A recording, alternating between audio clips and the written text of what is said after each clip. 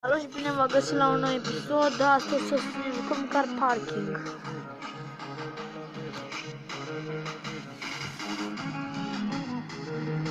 Și melodia care o ascult acum este făcută de mine. Intrați și o să vedeți.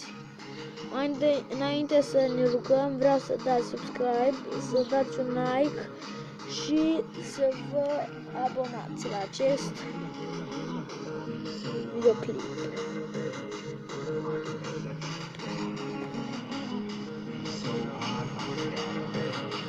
Avem un cadou, aici un premiu de 8 milioane de dolari.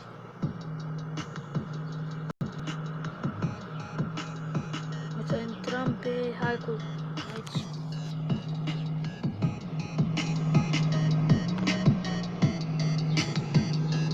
Dacă vă place melodia, v-am zis, intrați la mine pe canal și o să vedeți videoclipurile, adică videoclipuri care am făcut această melodie. Da, mie mi-a cel mai bine melodia asta, este cea mai preferată de mine. Aici o să mergem.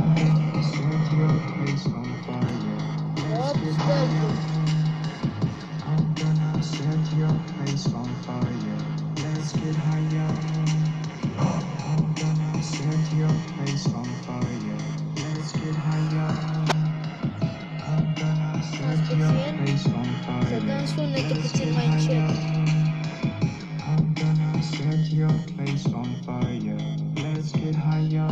Și să schimbăm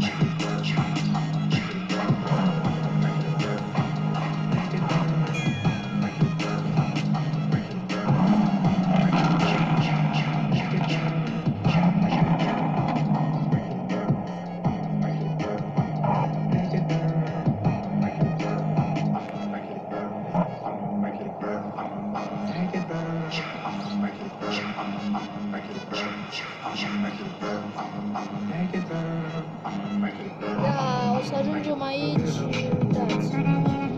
Și vreau în acest episod să vă arăt o șmecherie de pe cum puteți să faceți bani gratis. Adică să nu așteptați la cadou să vă dea. Stați să vă arăt puțin această mașină, este incredibilă.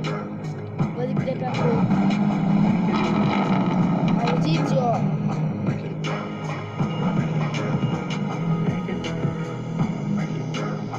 Bun, cam acesta a fost episodul de astăzi. Nu uitați să dați like, să vă abonați și vedeți voi ce faceți.